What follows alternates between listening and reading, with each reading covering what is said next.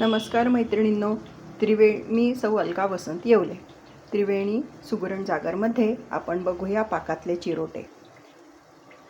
आधी 4 वाटी मैदा आणि 1 वाटी रवा घ्यायचा। त्याला मुठक्याचे मोहन करून त्याच्या मोठ्या पोळ्या लाटून त्याला साटा लावून त्याच्या गोल गोल पोळ्या करून घ्यायच्या आणि त्याचे 1 इंचाचे काप करून अशा त्या लाटून घ्यायच्या।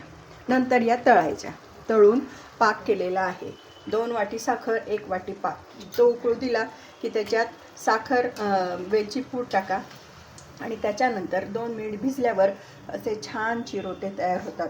तुम्हीही करून बघा आणि लहानांपासून मोठ्यांपर्यंत सगळ्यांना हे चिरोटे आवडतात बरं का।